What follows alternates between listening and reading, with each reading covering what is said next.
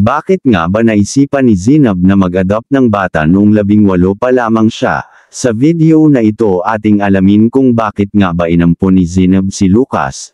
Bago natin ipagpatuloy, maaari bang mag-subscribe at like sa aking munting channel ang Kwentong Sikat TV. Maraming salamat sa iyong suporta. Ikinwento ni Zinab ang kanyang naging desisyon sa pag-adopt ng anak niyang si Lucas. Inilahad ni Zinab kung paano niya napagdesisyon ng ampunan ang panganay niyang anak na si Lucas. Si Lucas ang adopted 5-year-old son ng Pinay vlogger. Ayon kay Zinab, nagdesisyon siyang ampunan si Lucas nang may nanghingi ng tulong sa kanyang ina.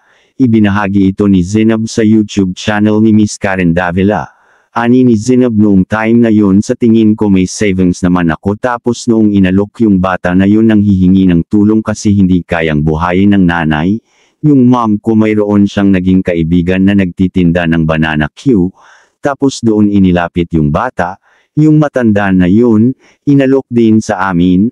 Ayon pa kay Zinab, may sakit noon si Lucas, may sakit ang bata sa dugo. Sa blood po, 5 days old pa lang si Lucas noon, tapos ako na talaga yung nagpapaaraw sa kanya. Dagdag pa ni Zinab, noong nakita ko yung batang yun wala lang, parang kinatok ako ni Lord. Kwento ni Zinab sa interview.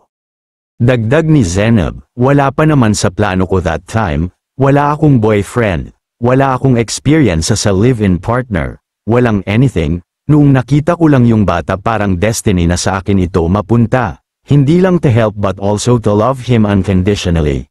Inamin rin ni Zinab ang kanilang setup sa pag-adopt kay Lucas. Yung setup namin kay Lucas, lalo na yung adoption, is yung mom ko. Pero sinasabi ko sa mommy ko na ayusin yung papers kasi gusto ko sa akin. Ayoko nang ma-feel knockback na kapag dumating yung time na matanda na yung mama ko na bakit ganito yung mama ko. Ganito ganyan, dugtong pa ni Zinab. Ayoko ng questions, magiging open ako sa kanya. Pero gusto ko iparamdam sa kanya na ito yung mommy mo at makakasabay mong lumaki. Pero meron siyang nanay, mommy at mama. Si mama niya si Rana, nanay si mama ko, mommy ay ako.